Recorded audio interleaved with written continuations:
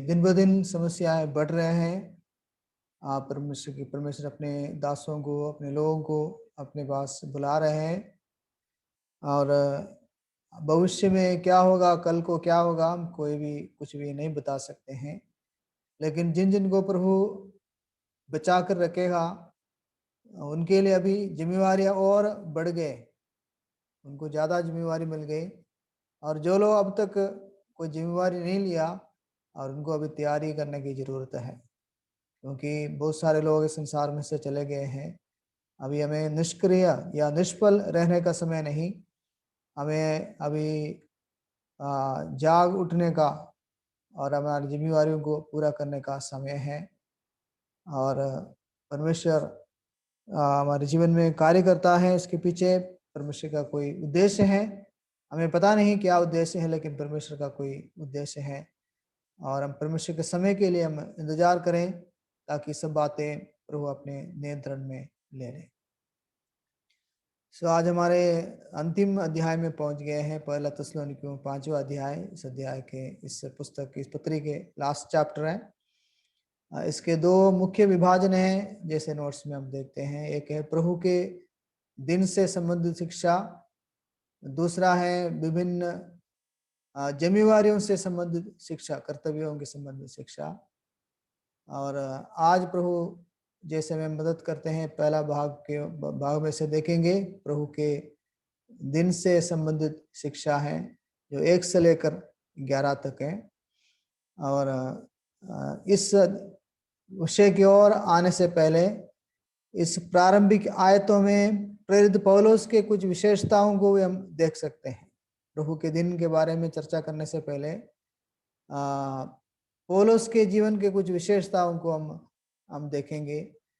हमें पता है, जिन जिन लोगों को परमेश्वर बुलाता है या परमेश्वर पकड़ता है अपने योजना के लिए, योजना के अंतर्गत उनको शामिल करता है, उनके जीवन में कुछ जो भी विशेषताएं हैं, वो परमेश्वर के कार्य के फलस्वरूप में है।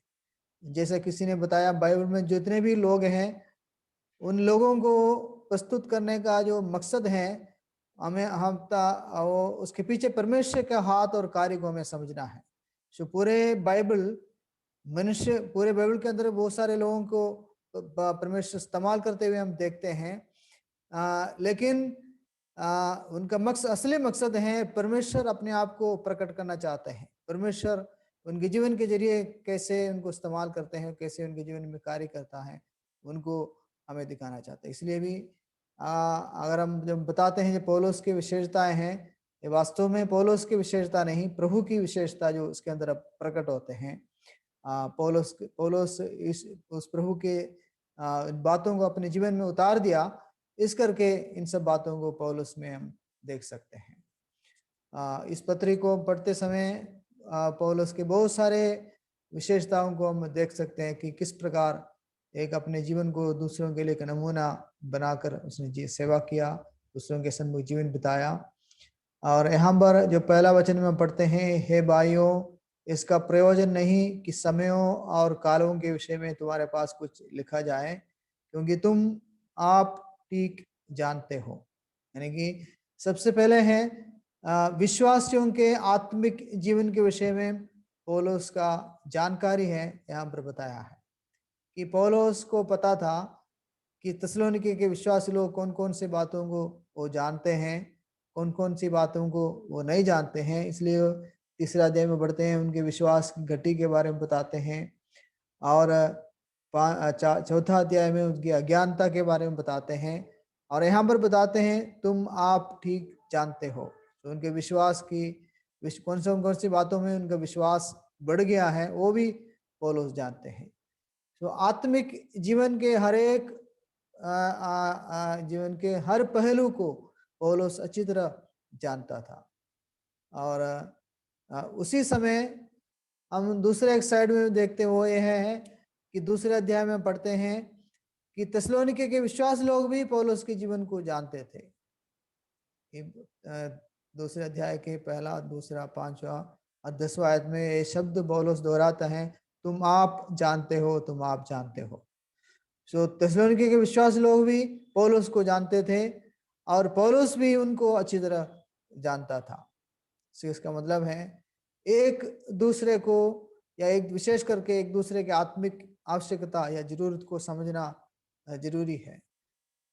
ये तब हमें पता चलता है या हम जान सकते हैं जब हमारा संगति एक दूसरे के साथ सही है और एक दूसरे के प्रति हमारा निष्कपट प्रेम, निस्वार्थ और निष्कपट प्रेम और एक दूसरे के प्रति आत्मिक जरूरतों को समझना बहुत ही एक जरूरी बात है। जैसे अगर हम देखो, हम कलीसिया में आते हैं, हमें पता नहीं हमारे बगल में जो विश्वासी बैठते हैं उनका क्या जरूरत है, हमें कोई पता नहीं, कोई जानकारी नहीं वो कैसे है क्या है। अगर कोई जानकारी नहीं है तो दिल से वो संगति नहीं हो पाएंगे। ऊपर से हम बात कर सकते हैं लेकिन दिल से वो संगति नहीं हो पाएंगे। इसलिए हमें वास्तव में एक दूसरे के लिए हमें समय निकालना है, तभी हम दूसरों के विषय में हम जान सकते हैं। और इस प्रकार के जो संगति है या इस प्रकार इस दूसरे को जानना क्यों जरूरी है, क्योंकि ये उस कलीसिया की एकता, संगति और आनंद को बताते हैं। यानी कि जब हम एक दूसरे को जानते हैं, एक दूसरे के साथ समय बिताते हैं, वहां पर एकता, संगति और आनंद बढ़ता है। तो तब उस कलीसिया में आत्मिक मजबूती को हम देख सकते हैं। जो पहले है इसमें ऐसे बताने से पौलुस के उनके जानकारी के विषय में हम देखते हैं। दूसरी बात है पौलुस सब आवश्यक बातें उनको सिखाए थे, यानी कि वचन को सही तरीके से सिखाना। ऐसे एक स्टेज आता है जहां पर हमें वचन को गंभीरता से सिखाना है। शुरुआती समय में हमें प्रोत्साहन करने की जरूरत है, लेकिन जब ऐसा समय आएगा जब वचन को अच्छी तरह लोगों को सिखाने की जरूरत है। यहाँ पर पौलुस के यहाँ के जो सेवकाई के संबंध में हम इस बात को देख सकते हैं। थोड़े समय के अंतराल में उनको विश्वास के सब बुनियादी शिक्षाएं दी थी और पौलुस के शिक्षा कार्यक्रम को इसी पत्री में से हम देख सकते हैं। पिछले बार हमने देखा था कि पौलुस अलग अलग जगहों पर उसने शिक्षा कार्यक्रम को चलाया, अंताकिया में, कोरिन्थ में, फिर एफेसोस में, फिर रोम में, ये सब जगहों में अलग अलग काफी समय तक शिक्षा कार्यक्रम को चलाते हुए हम देखा है। लेकिन उसके अलावा एक एक स्थानीय कलीसिया में उसने एक क्रमबद्ध यानी कि सिस्टमैटिकली एक योजना के तहत क्रमानुसार वचन सिखाने का एक तरीका उनको था। तो इसके अंदर 4 तरीके दिखाया है। पहला है कि 3 अध्याय के 4 में बताए, जैसे हमने तुमसे कहा या बताया, यानी कि दूसरा थिस्सलुनीके 2 के 5 में भी वो बताता है। यानी कि क्लासरूम, पौलुस को सिखाने के लिए कोई क्लासरूम और बोर्ड की जरूरत नहीं था। वो वैसे ही उठते समय, बैठते समय, चलते समय कैजुअली लोगों को वचन की सच्चाइयां बताते थे। इसको अनौपचारिक तरीके से वचन की शिक्षा उनको देना, यानी कि वचन के बातों को जब भी उनको अवसर मिलते थे दूसरों को समझाते थे, बताते नहीं, तभी ही थोड़े समय में ये सब बातें उनको सिखा सका। दूसरा है दूसरा थिस्सलुनीकियों 2 का 15 में लिखा है, वचन और पत्री के द्वारा विश्वासियों को सिखाया। यानी कि व्यवस्थित तरीके से वचन को सिखाने के एक तरीका था पौलुस का। वचन को क्रमानुसार उनको सिखाया, सब बातें सिखाया, जो भी कुछ जानना जरूरी था पौलुस उनको सिखाया। इस पत्र में से देख सकते हैं कि दुख उठाने के विषय में, पवित्रता के विषय में, युगांत के विषय में और सब बातों के विषय में पौलुस उनको अलग अलग रीति से शिक्षा दी थी।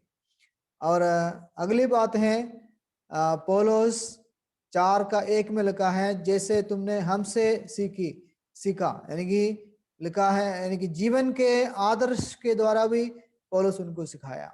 सब बातें प्रचार में नहीं, अपने जीवन से भी पौलुस उनको सिखाया कि किस प्रकार हमें दूसरों के सामने हमें बर्ताव करना है, जीवन बिताना है। तो अपने जीवन के आदर्श से भी पौलुस दूसरों को सिखाया और इसके विषय में 4 अध्याय में पौलुस बताते हैं। उसके बाद है 2 के 11 में और 4 के 9 में, इसके साथ 4 के 9 तुलना करेगा तो पता चलता है पौलुस व्यक्तिगत रीति से भी लोगों के साथ समय बिताते थे। उतना ही नहीं, व्यक्तिगत रीति से परमेश्वर से सीखने के लिए भी उनको सिखाया था। हम इधर पढ़ते हैं 4 के 9 में पढ़ते हैं, तुम अपने आपस में प्रेम रखने के विषय में तुम आप ही परमेश्वर से सीखा। यानी कि परमेश्वर के साथ समय बिताने का उस बात को भी पौलुस उनको सिखाया था। सो व्यक्तिगत रीति से भी सिखाया और व्यक्तिगत रीति से परमेश्वर से सीखने के लिए भी उनको सिखाया। इसको एक इंग्लिश में 1-to-1 डिसाइपलशिप प्रोसेस, जो शिष्यता के लिए हमें लोगों के साथ काफी समय बिताने की जरूरत है। इस बात को हम यीशु मसीह से भी हम देख सकते हैं। यीशु मसीह अपने शिष्यों के साथ दिन रात समय बिताया, तब जाकर 3.5 साल के अंदर उन्होंने पूरी रीति से उसको प्रशिक्षण कर पाया। तो पौलुस भी वही पैटर्न को फॉलो करते हुए हम देखते हैं। सो कलीसिया में शिष्यता की जो बातें हैं, इन चारों तरीके से होना है। अनौपचारिक तरीके से भी सिखाना है, व्यक्तिगत रीति से, जीवन के आदर्श से, और यानी कि और व्यवस्थित तरीके से। और इन सब बातों के लिए हमें इसके अंदर आयत है। सो इन सब बातों को हम इसमें से हमें पता चलता है कि पौलुस अपने जीवन के अधिकांश समय दूसरों के लिए खर्च किया था या दूसरों के लिए अलग किया था। पौलुस अपने लिए जीवन नहीं बिताया। पौलुस अपना जीवन का अधिकांश समय दूसरों के लिए समय बिताया। लेकिन आज ऐसा एक परिस्थिति आया है, हम एक दूसरे के साथ मिल नहीं सकते, जुल नहीं सकते। फिर भी इस प्रकार के माध्यम परमेश्वर हमें दिया है जिसकी वजह से हम दूसरों को सिखा सकते हैं। लेकिन कलीसिया में जो शिष्यता का जो प्रक्रिया है वो बहुत ही जरूरी है। वो उसको जारी रखना है, क्योंकि यीशु मसीह वही प्रक्रिया हमें सिखाया था, शिष्यों को सिखाया था। और यही वही प्रक्रिया पौलुस करते हुए देखते हैं। और पौलुस जब तीमुथियुस को लिखते समय बताया, तुम विश्वास योग्य लोगों को ढूंढना और विश्वास योग्य लोगों को इन सब बातें बताना, ताकि वे आगे दूसरों को सिखा सके, बता सके। सो डिसाइपलशिप प्रोसेस आगे और बढ़ते हुए हमें जो आगे बढ़ना है, तभी कलीसिया में सब प्रकार के जानकारी विश्वासी लोग प्राप्त कर सकते हैं। सो यहाँ पर जो एक विषय पौलुस शुरू करता है समयों और कालों के विषय में। सो समयों और कालों को जो युग के अंत में होने वाले घटना की ओर हमें इशारा करता है। इसके बारे में शिष्य लोग 2 बार यीशु मसीह से प्रश्न पूछा था कि इस युग के अंत में क्या होगा, कैसे होगा। एक संसार के अंत के विषय में, दूसरा है परमेश्वर के राज्य की स्थापना के विषय में। 2 बार शिष्य लोग यीशु मसीह से प्रश्न पूछते हैं, क्योंकि ये विश्वासियों का दिल की इच्छा है, मन की इच्छा है कि लास्ट में, अंत में क्या होगा। अंत भविष्य के बारे में जानना सबके लिए सब लोग इच्छुक हैं। 2 बार जब यीशु मसीह उनसे पूछा, उनको बताया कि जब प्रेरितों के काम में बताया, समयों और कालों को जानना अब तुम्हारा काम नहीं, क्योंकि परमेश्वर उनको और कोई काम वहां पर सौंपते हुए हम देखते हैं। क्योंकि एक निश्चित समय नहीं है, लेकिन यहाँ पर पौलुस के प्रभु के बताने से इनको पता चलता है युगांत में ये घटनाएं आवश्यक घटित होंगे, लेकिन निश्चित समय प्रकट नहीं किया, ताकि प्रभु के लोग हर समय तैयार रहे। तो समयों और कालों को इसलिए जिक्र किया है कि संसार के अंत में जो बातें होने वाले हैं, जो बाइबल के अंदर जो बताया है, वो सब जरूर पूर्ण होंगे, पूरा होंगे। कोई भी बात अधूरा नहीं रह जाएंगे, सबका पूरा होना अवश्य है। और यहाँ पर जो एक शब्द है प्रभु का दिन, पौलुस बताते हैं कि थिस्सलुनीके के लोगों को इसके ऊपर भी कुछ संदेह थे। उन्होंने सोचा हम प्रभु के दिन में से होकर गुजर रहे हैं, क्योंकि उनके जीवन के अंदर काफी परेशानियां, दुख, तकलीफ सब आ रहे थे। उन्होंने सोचा ये प्रभु का दिन होगा, या ये किस प्रकार का समय है। सो इस बात को पौलुस उनको समझा रहे हैं कि प्रभु का दिन आने वाला है, अभी आया नहीं, वो आने वाला है, भविष्य में इनको बताया है। सो प्रभु का दिन ऐसा एक समय है, परमेश्वर सब बातों को अपने हाथों में लेंगे या परमेश्वर अपने नियंत्रण में लेंगे। अब जो समय है, वर्तमान समय है, अनुग्रह का दिन है। इसमें परमेश्वर मनुष्य को अपने जीवन के बारे में फैसला करने का आज़ादी दी है, चुनने का आज़ादी दी है।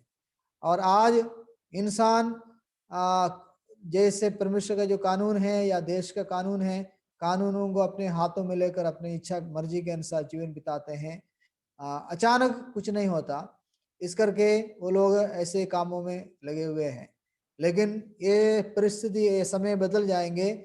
ऐसा एक समय आने वाला है कि परमेश्वर सब कुछ अपने हाथों में लेकर प्रभु सब कुछ सब बातों को सीधी तरीके तौर पर संसार के लोगों से बर्ताव करेंगे। लेकिन इस प्रभु का दिन आने का जो एक कारण है, हम बाइबल के पहला किताब को देखेगा तो हमें पता चलता है ये प्रभु का दिन क्यों आना अब जरूरी है। क्योंकि हमारे आदि माता पिता को परमेश्वर एक आज्ञा दिया था। सो वहां पर है इस दिन का, न्याय का दिन का शुरुआत वहीं पर शुरू होता है। प्रभु प्रभु का दिन आने वाला है, क्योंकि वो परमेश्वर आदम और हव्वा को चेतावनी दिया था, जिस दिन तुम मेरे आज्ञा को तोड़ोगे, उल्लंघन करोगे। तो न्याय का जो दिन का जो जिक्र है सबसे पहले वहीं पर होता है, उत्पत्ति 2:17 में, कि वहां पर उस दिन शुरू होता है जिस दिन शुरू हो गया, जिस दिन आदम और हव्वा परमेश्वर के खिलाफ होने के लिए फैसला किया, चुन लिया। तो इसलिए वहां पर से ये दिन, न्याय का दिन का जिक्र वहां पर पहली बार है। लेकिन एक और बात वहां से हम समझ सकते हैं, 3:15 में एक संघर्ष को देखते हैं, दो ग्रुप के बीच में, परमेश्वर के लोग और अधर्म या अंधकार की शक्तियों के बीच में। इसमें वहां पर बताते हैं स्त्री के संतान और सांप के संतान, दोनों के बीच में जो संघर्ष, कॉन्फ्लिक्ट वहीं से शुरू होता है। और ये कॉन्फ्लिक्ट, ये संघर्ष उस समय से चले आ रहे हैं, अभी भी अब तक चल रहे हैं। ये संघर्ष इसलिए होते हैं, इसलिए परमेश्वर के लोगों को लोग सताते हैं, परेशान करते हैं।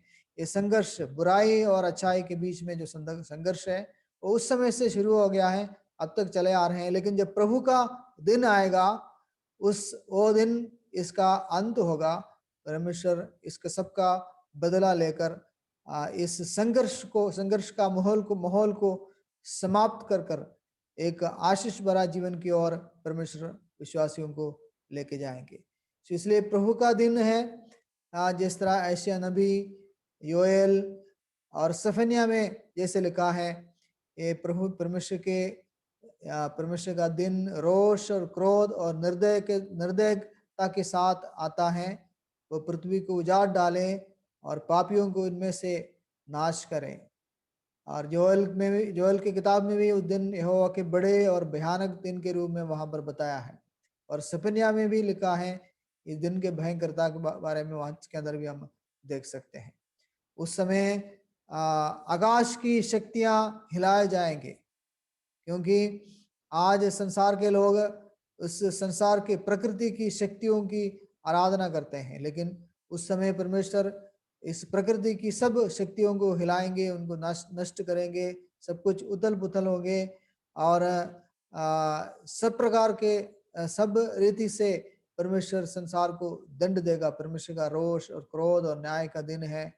और उस समय कोई भी व्यक्ति इस समय से नहीं बचेगा। जो लोग उस समय जीवित रहेंगे, सबके ऊपर परमेश्वर का कहर आएगा, परमेश्वर का क्रोध आएगा। और वो निर्दयता के साथ वो लोगों के ऊपर आएगा, वो अचानक आएगा और सबके ऊपर आएगा। सो इसलिए कोई भी उस दिन से नहीं बचेगा। सो प्रभु का दिन न्याय का दिन है, लेकिन इसके अंदर एक और पहलू है, वो आशीष का दिन भी है, क्योंकि प्रभु के दिन के अंदर ही वो 1000 साल का यीशु मसीह का राज्य भी आता है। वहाँ वो प्रभु के कलीसिया के उठा ले जाने के बाद और उस 1000 साल के शासन तक प्रभु का दिन का अवधि रहेगा, क्या उस समय रहेगा। इसलिए ये न्याय और आशीष दोनों इसके अंदर शामिल होंगे। और विश्वासियों के लिए तसल्ली के लिए और उनको इस बात का स्पष्टीकरण के लिए पौलुस कई बातें इसके अंदर बताते हैं। लिखा है, संसार के लोगों पर ये दिन अचानक आ पड़ेगा। इसके अंदर इंग्लिश में लिखा है like as a thief in the night। सो तीफ कभी भी बताकर नहीं आता। जिस समय गृह स्वामी सोए हुए हैं या उसको उम्मीद नहीं करते हैं तब आता है। इसी तरह अचानक आएगा। तब सो यहाँ पर ये बात यह है कि ये दिन बिना अपेक्षा किए आएगा। और इतना ही नहीं, ये न्याय का दिन में किसी भी रीति से कोई भी इससे नहीं बचेगा, सबके ऊपर अचानक आएगा। और लेकिन तसल्ली की बात यह है कि 5 अध्याय के 4 से लेकर 11 तक प्रभु के दिन के सिद्धांत को अपने पाठकों पर लागू करते हैं। उनके उसका लागूकरण को हम देखते हैं। वो ये है कि मसीह लोग गैर मसीहों से भिन्न दायरा में रहता है, हमें एक डिफरेंट स्फीयर में रहता है। यानी कि हम उस अंधकार में या क्रोध के अधीन नहीं है, हमें एक अलग जगह में परमेश्वर अब रखा है। हमारा एक जो सर्कल है वो एक अलग जगह है, क्योंकि परमेश्वर हमारे जीवन में हमारे जीवन के लिए कुछ ऐसे महत्वपूर्ण कार्य को किया है जिस बात को हमने अंगीकार किया, मान लिया, एक्सेप्ट किया। इस करके हम इस भयानक क्रोध के दिन से बचने वाले करके पौलुस उनको बता रहे हैं। जो मसीह लोग गैर मसीहों से एक भिन्न दायरे में रहते हैं। और इसको बताने के लिए पौलुस इसके बताते हैं, हे भाइयों, तुम तो अंधकार में नहीं हो और ना अंधकार के हो। तो अंधकार जो शब्द यहाँ पर जो इस्तेमाल किया है वो अविश्वासी के आत्मिक अवस्था और परमेश्वर के उसके अलगाव की स्थिति को बताते हैं। हम इसके संबंध में 3 बातें देख सकते हैं। 3 अंधकार के विषय में, यानी कि 3 बातें अंधकार के साथ जुड़ा हुआ है, शब्द से जुड़ा हुआ है। सबसे पहले इफिसियों की पत्री में पढ़ते हैं कि हम अंधकार थे। हम अंधकार में करके बताने से पहले बताया अंधकार थे, यानी कि हमारे परमेश्वर से अलग की हुई अवस्था को बताने के लिए ये शब्द का इस्तेमाल किया है। इफिसियों 5:8 में हम यूहन्ना की पत्री में पढ़ते हैं, परमेश्वर में अंधकार नहीं, परमेश्वर ज्योति है, ज्योति में रहता है, वो अगम्य ज्योति में रहता है। लेकिन हमारे बारे में लिखा है हम अंधकार थे। सो ये अंधकार और ज्योति, परमेश्वर और इंसान, जो पाप में हालत में रहने वाले लोगों के बारे में कोई भी मेल नहीं है, कोई भी मेल जोल नहीं है। हम अंधकार है, परमेश्वर अगम्य ज्योति में रहता है। सो कितने अलगाव देखो, कितना गंभीर है। कितना ये मनुष्य को परमेश्वर के पास आने के लिए आना बिल्कुल नामुमकिन है, क्योंकि ये अंधकार कभी भी ज्योति की इस ज्योति में रहने वाले परमेश्वर के पास नहीं आ सकता। सो कोलोसियों की पत्री में पढ़ते हैं हम अंधकार के वश में थे, यानी कि इस अंधकार के पीछे एक शक्ति, अंधकार की शक्ति कार्य करता है। तो ये हमारे अंधकार की शक्तियों के अर्थात शैतान के अधीनता में होने के विषय में बताता है। और वो दूसरी बात है कोलोसियों में 1:13 में लिखा है। और तीसरा जो मीनिंग है इसका यहाँ पर, यानी कि इस 5 अध्याय के 4 और 5 में अंधकार शब्द का इस्तेमाल किया है, वो परमेश्वर के क्रोध और दंड के संदर्भ में बताया है। सो 3 अर्थ है अंधकार का। एक है परमेश्वर से अलगाव, दूसरा है शैतान के अधीनता में रहने का, तीसरा है परमेश्वर के क्रोध के अधीन में होने का। सो ये था हमारा पहला जो हालत है। तो जब पौलुस विश्वासियों को बताते हैं तुम अंधकार में नहीं है, तो ये तीनों बात हमें याद रखना है। और परमेश्वर को धन्यवाद देना है, क्योंकि एक इतनी अद्भुत बात है कि परमेश्वर ने हमें इन सब दशाओं से बचाकर ज्योति की दायरे में हमें लेके आया।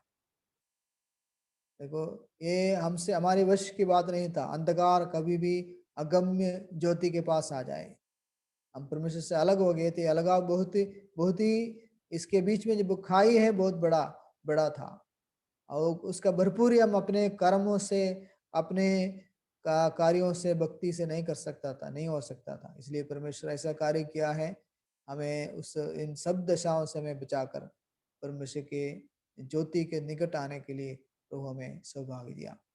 और इसलिए इसके जिम्मेवारी भी है। इसलिए परमेश्वर का वचन हमें अंधकार के सब कामों को तज कर, यानी कि छोड़कर, और अंधकार के निष्फल कामों में सहभागी ना होने के लिए आज्ञा देता है। रोमी की पत्री में और एफिसी की पत्री में लिखा है, अंधकार के सब कामों को तजना और अंधकार के निष्फल कामों में हम सहभागी भी नहीं होना, क्योंकि परमेश्वर हमें इतना बदलाव हमारे जीवन में लेके आया। अंधकार के वश में से प्रभु हमें ज्योति के निकट हमें लेके आया है, ज्योति में लेके आया है। इसलिए मसीहियों को प्रभु के दिन के आने पर आश्चर्यचकित होने की जरूरत नहीं, क्योंकि उनके आने के बारे में पौलुस उनको बताया था। और उतना ही नहीं, उस समय से पहले परमेश्वर हमें अपने पास लेके जाएंगे, हम प्रभु के साथ होंगे। इसलिए हम अंधकार में नहीं, हम ज्योति में हैं। दूसरी बात है, लेकिन इससे हम यानी कि निश्चिंत होकर नहीं रहना। इसके बारे में लिखा है, विश्वासियों को सावधान रहने के लिए पौलुस बताया है। हमें स्पिरिचुअली अलर्ट होना है, और इसको बताने के लिए बुलाया। इसलिए हम औरों की नाई सोते ना रहे। हमें परमेश्वर का वचन में परमेश्वर कभी भी औरों की नाई, दूसरों के समान जीवन बिताने का अनुमति नहीं देता।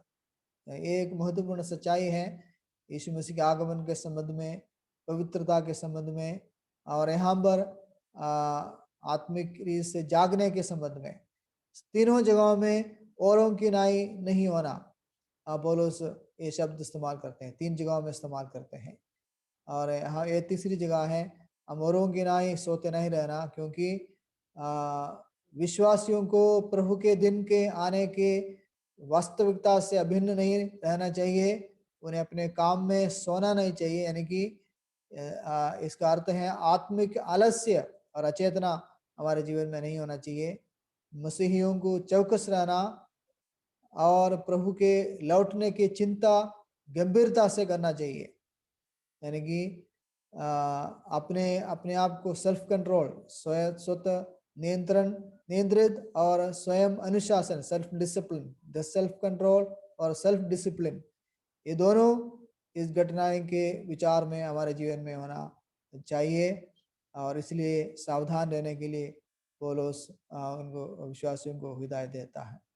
और उतना ही नहीं, विश्वास और प्रेम की झिलम और उद्धार की आशा का टोप को लेकर खड़े होने के लिए, सतर्क रहने के लिए कैसे हमें सावधान रहना है। दो बार सावधान शब्द इस भाग में आया है। ये इसलिए इस हथियार को लेकर सावधान रहने के लिए बताया। पौलुस का एक स्टाइल है कि रोमन सैनिक का, सोल्जर का एक रूपक देना। इफिसी बत्री में भी बताते हैं। पौलुस सैनिक का उदाहरण लेता है कि किस तरह वो सतर्क रहता है।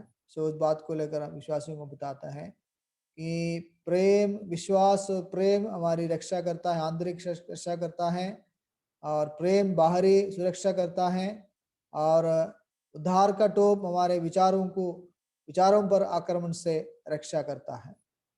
इसलिए प्रभु हमें छुड़ाया है, क्रोस से छुटकारा दिया है। ये हमारा जीवन का आशा है। और वचन के सच्चाइयों को हमें पकड़े हुए जीवन बिताना है। ये हमारा सिर्फ एक उम्मीद, यानी कि एक शुभेच्छा नहीं, लेकिन एक निश्चित आशा है कि हम इस प्रभु के इस आने वाले क्रोध से छूटकर प्रभु के साथ रहने का तसल्ली प्रभु हमें देता है। और उतना ही नहीं, विश्वासियों के प्रोत्साहन के लिए भी बातें बताता है कि पौलुस विश्वासियों के बारे में बताते हैं कि वो उस अंधकार के वश में से प्रभु ने इनको छुड़ाया और ज्योति में लेके आया। उसको बताने वाले कुछ शब्द हैं। हमारे बारे में लिखा है, हम ज्योति की संतान हैं, हम दिन के संतान हैं, हम अंधकार में नहीं, परमेश्वर में क्रोध के लिए नहीं। तो ये सब बातें हैं हमारे हमारे तसल्ली के लिए या हमारे आत्मिक सुरक्षा और हमारे संपूर्ण छुटकारे के विषय में बताने वाले जो शब्द हैं। और यहाँ पर 5:9 में विशेष रूप से पौलुस इस बात को जोर देकर बताता है कि परमेश्वर ने हमें क्रोध के लिए नहीं पर इसलिए ठहराया कि हम अपने प्रभु यीशु मसीह के द्वारा उद्धार को प्राप्त कर सके। कि परमेश्वर हमें हमारे लिए किस प्रकार हमें इस अंधकार के यानी कि दंड में से बचाने के लिए परमेश्वर कार्य किया है, इसके अंदर लिखा है। सो इसके अंदर 3 बातें हम देख सकते हैं। एक है परमेश्वर का एक पक्का फैसला। परमेश्वर फैसला किया कि एक दृढ़ फैसला को हम देख सकते हैं कि परमेश्वर ने फैसला किया कि हमें या ठहराया, ऐसे लिखा है।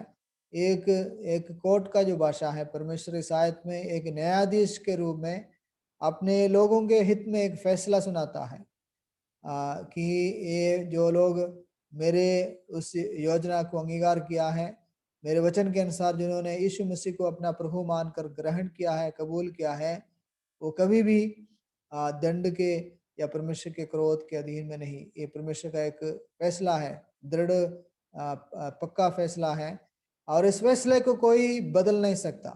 परमेश्वर के इस डिटर्मिनेशन को, परमेश्वर के इस निर्णय को कोई भी शक्ति, कोई भी ऐसा कोई जो शक्ति है, कोई भी जो व्यक्ति है, इसको बदल नहीं सकता। परमेश्वर जो फैसला किया है वो हमेशा के लिए किया है। इसलिए परमेश्वर जो बताया वो वर्डिक्ट है, एक डिवाइन वर्डिक्ट है। हमें क्रोध के लिए नहीं पर इसलिए ठहराया कि हम उद्धार को प्राप्त करें। सो इसके लिए परमेश्वर का एक तरीका बताया है, क्योंकि हमें आने वाले क्रोध से बचाने का इस फैसले का आधार यीशु मसीह का बलिदान है। क्योंकि यीशु मसीह परमेश्वर के इस क्रोध को सहकर हमें सब प्रकार के दंड से मुक्त किया। अब परमेश्वर का क्रोध उन लोगों पर आने वाला है जिन्होंने यीशु मसीह के बलिदान को अंगीकार नहीं किया। आज परमेश्वर के लोगों को बचाने का यही एकमात्र तरीका और रास्ता है कि जो यीशु मसीह पर विश्वास करेगा उनका बचाव होगा, उनको प्रभु आने वाले क्रोध से छुड़ाएगा। क्योंकि यीशु मसीह उनके लिए एक बार इस सजा दंड को अपने ऊपर ले लिया है, हमारे लिए अपने जीवन दे दिया है। तो इसलिए हमें आज उस दंड में सहने के लिए जाने की जरूरत नहीं। रास्ता हमारे लिए परमेश्वर हमें हमारे लिए प्रावधान करके रखा है, लेकिन उसका फैसला करने का जिम्मेवारी परमेश्वर मनुष्य को दिया है।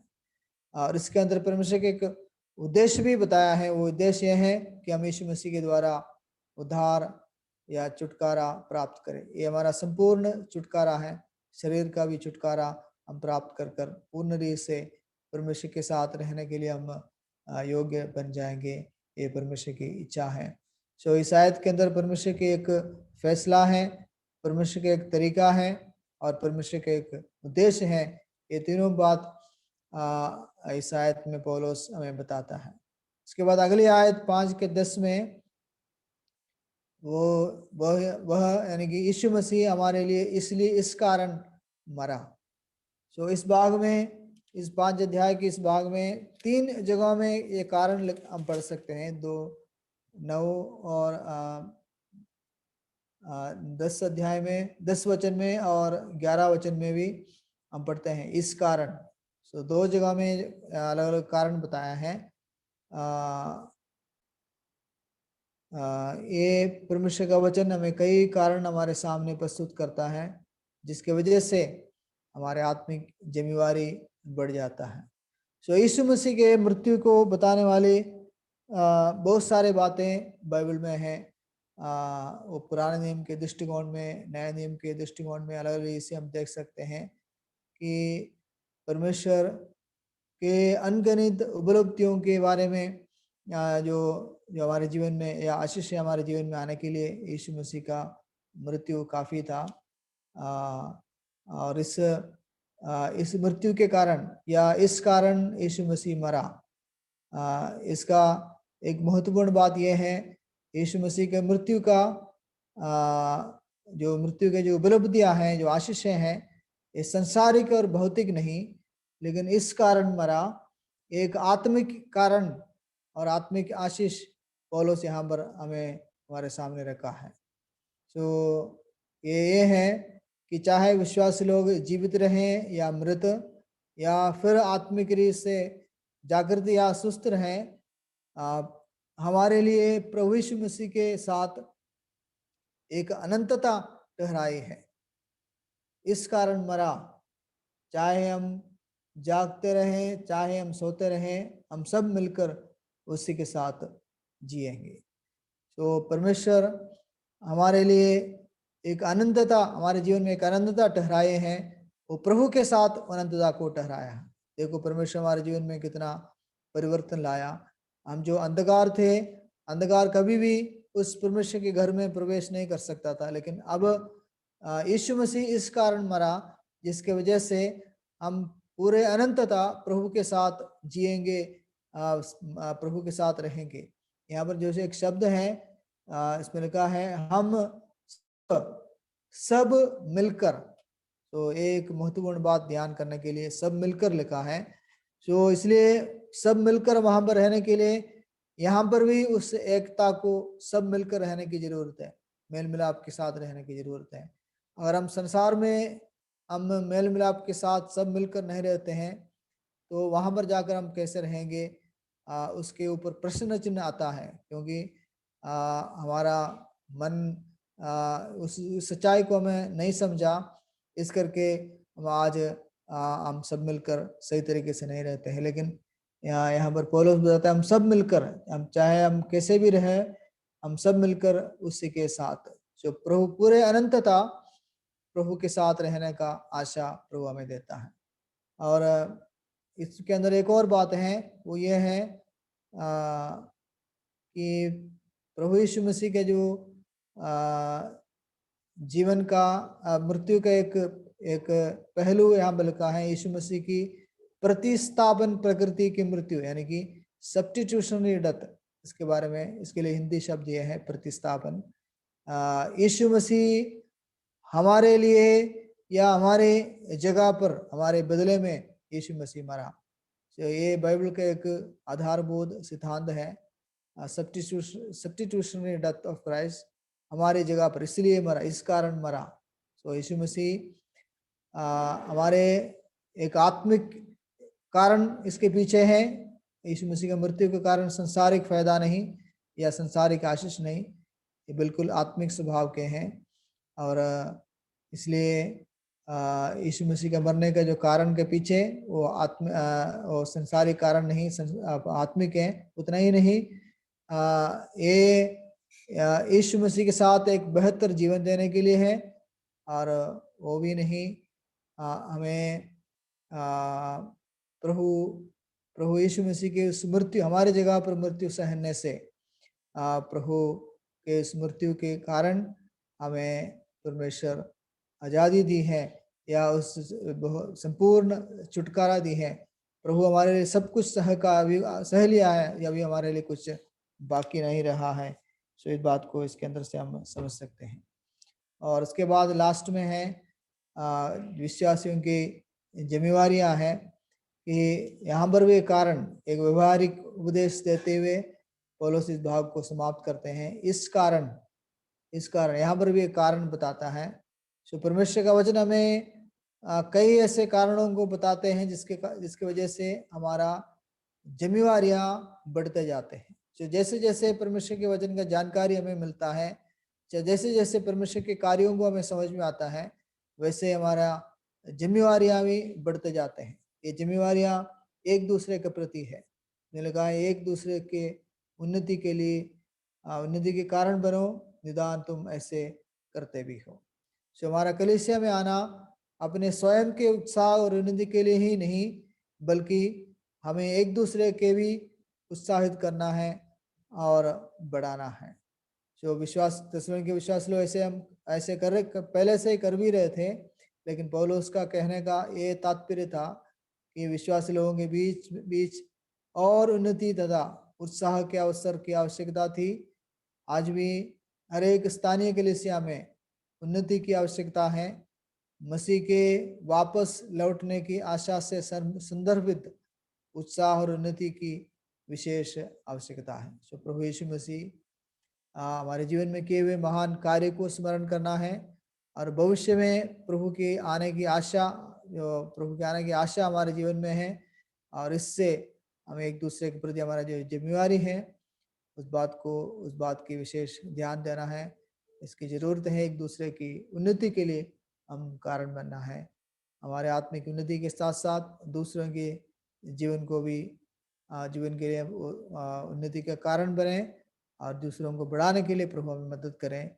जैसे पौलुस का एक विशेषता था, पौलुस दूसरों के लिए अपने जीवन का अधिकांश समय बिताया ताकि दूसरों को प्रभु के उत्तम शिष्य बनाए, प्रभु के पीछे चलने वाले बनाए और प्रभु के योग्य चाल चलकर प्रभु को प्रसन्न करने के लिए हर एक व्यक्ति सीख सके। सो इन वचनों से प्रभु हमें मदद करें और आने वाले दिनों में प्रभु के वचन की सच्चाइयाँ हमारे जीवन में फल लाने के लिए प्रभु हम सबको सहायता करें।